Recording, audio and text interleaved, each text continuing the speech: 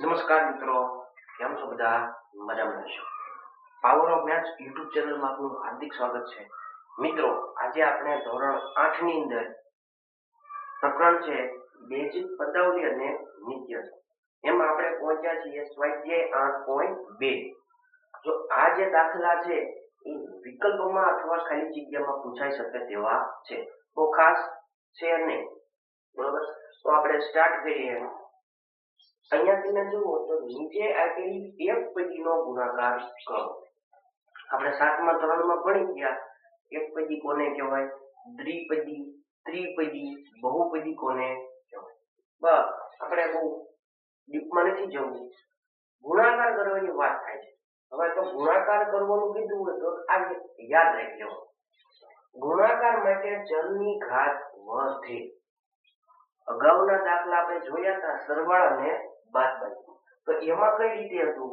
તો એમાં છે સરવાળા અને બાદબાકી માટે ચલની ઘાતમાં કોઈ જાતનો ફેરફાર થતો નહોતો. સરવાળા બાદબાકી માટે જોઈને આપણે લખતા હતા, પણ અહીંયા જોઈને લખવાનું નથી. ગુણાકાર માટે ચલની ઘાત વધે.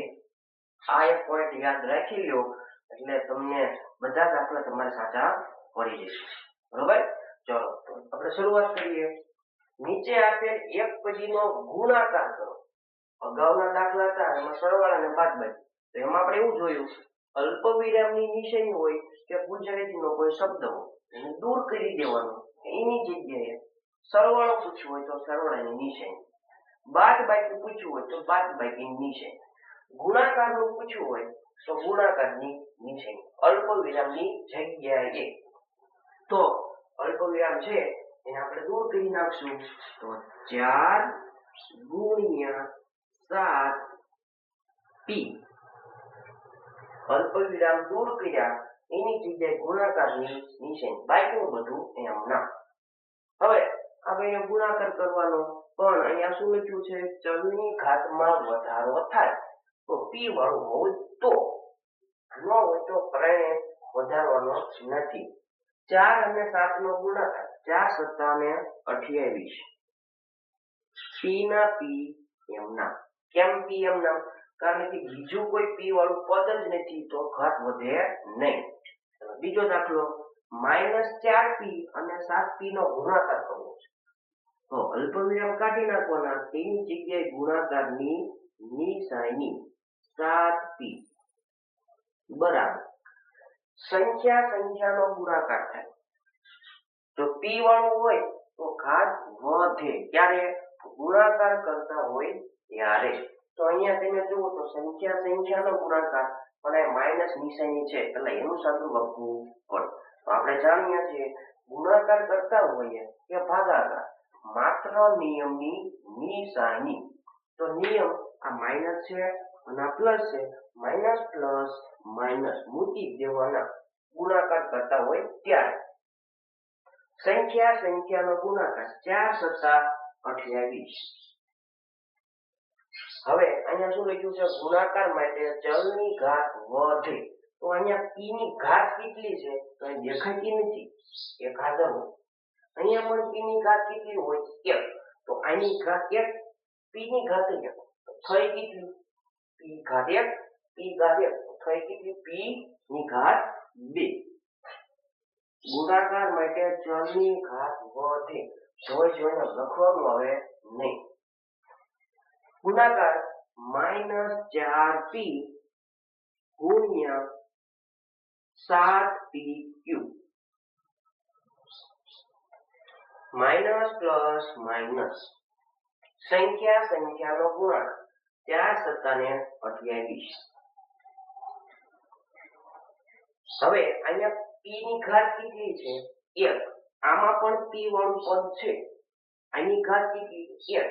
આની ઘાત કેટલી? 1. તો થઈ કેટલી? 2 ઘાત. p ની ઘાત 2. પૂરું? ના. કેમ?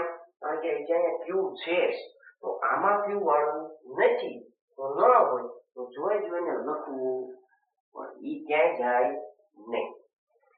ત્યાર પછી ગુણાકાર કરવાનું પૂછ્યું છે તો 4p નો ઘન ગુણ્યા -3p. માઇનસ નિશાની આવે એટલે કાઉન્સ કરી દેવાનું. હવે ગુણાકાર કરવો છે તો અહીંયા માઇનસ નિશાની છે તો નિયમ પેલા લગાડવો પડે. પ્લસ માઇનસ માઇનસ ગુણાકાર માટે માત્ર નિયમની નિશાની. 4 તેરી 12 સંખ્યાનો ગુણાકાર હોય. હવે ચલની ઘાત વધે અહીંયા p ની કેટલી 3 વાર. અહીંયા p ની કેટલી ઘાત નથી તો કેટલી હોય 1. અહીંયા 3 અહીંયા 1 તો થઈ કેટલી p ની ઘાત 4. ત્યાર પછી ગુણાકાર અલ્પવિરામ કાઢી નાખવાના તેની જગ્યાએ ગુણાકારની નિશાની. હવે 0 નો તમે કોઈ પણ સંખ્યા સાથે ગુણાકાર કરો તો જવાબ હંમેશા 0 આવે. ચલો ત્યાર પછી દાખલા નંબર 2 લંબચોરસનું ક્ષેત્રફળ શોધો. સૂચના તો ઘણી બધી લખી છે કે એક પદીનો ગુણાકાર કરો ક્ષેત્રફળ શોધો. આપણે શોર્ટકટ લખ્યું લંબચોરસનું ક્ષેત્રફળ શોધો. આપણે જાણીએ છીએ લંબચોરસનું ક્ષેત્રફળનું સૂત્ર છે લંબાઈ ગુણ્યા પહોળાઈ. બસ તમને આવડે જ છે. આ જે કાઉન્સ છે એમાં તમે જુઓ તો બે સભ્ય દેખાય છે. એક સભ્ય છે p અને બીજો સભ્ય છે q. આપણે જાણીએ છીએ જો પેલું હોય એને લંબાઈ કહેવાય. પેલું હોય ને શું કહીએ છીએ લંબાઈ અને બીજું જે છે એને કહેવાય પહોળાઈ. તો મૂકો અહીંયા કિંમત. લંબાઈની કિંમત થઈ p એને ગુણ્યા પહોળાઈની કિંમત q. હવે આ બેનો ગુણાકાર કરો. આમાં સંખ્યા જ નથી અને ઘાતમાં વધે તો p વાળું તો છે નહીં q વાળું છે તો કઈ નહીં એકબીજાને ભેગા કરી દો એટલે જવાબ આવી ગયો pq.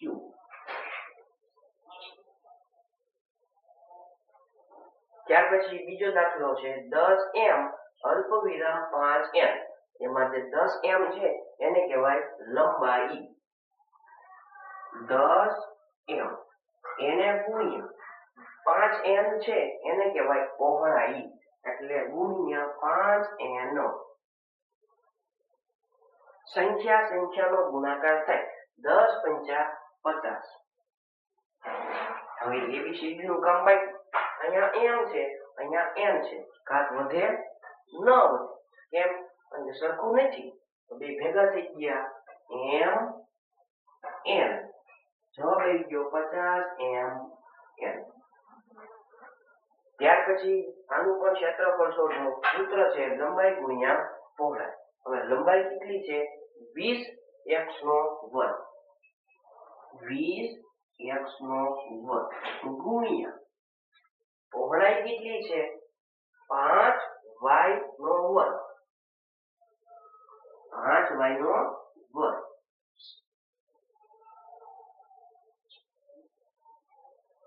ગુણાકાર કરી નાખવાનો 20 પંચા 100. અહીંયા છે x નો વર્ગ અહીંયા છે y નો વર્ગ. બે સરખા કહેવાય ને બંને કેવા છે અલગ અલગ. ઘાત વધે ને ઘાત ક્યારે વધે તો અહીંયા પણ x વાળું હોય બીજે પણ x વાળું હોય તો ઘાત વધે.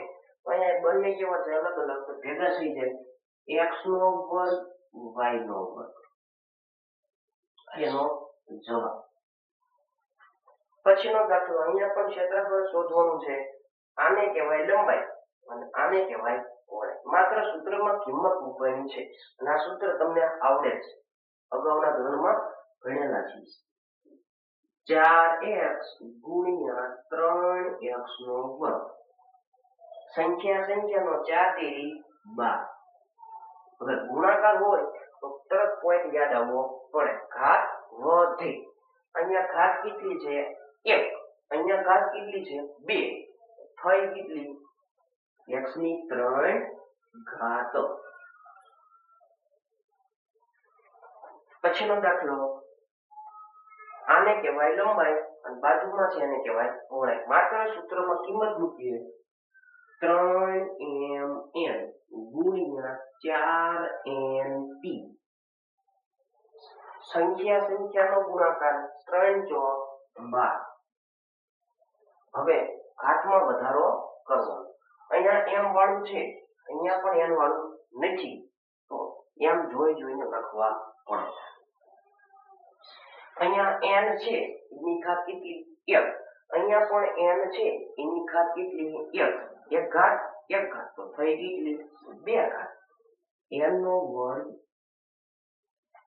હવે બાકી હા જો અહીં p બાકી છે, p વાળું ક્યાંય છે નહીં, એને જોઈ જોઈને લખવા પડે.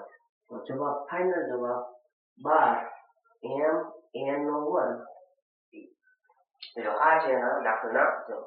હાવ સિમ્પલ છે, એક માર્કમાં પરીક્ષામાં પૂછાઈ શકે તેવા છે. ખાસ મહેનત કરજો એટલે આવડી જશે. મિત્રો આવા વિડીયો ગમતા હોય તો ચેનલને લાઈક, શેર અને સબસ્ક્રાઇબ કરવાનું ભૂલતા નહીં. અને તમારા મિત્રને પણ વિડીયો શેર કરવાનો છે. ઘણા વિદ્યાર્થીઓ શેર કરતા નથી, તો ખાસ વિડીયો શેર કરવો.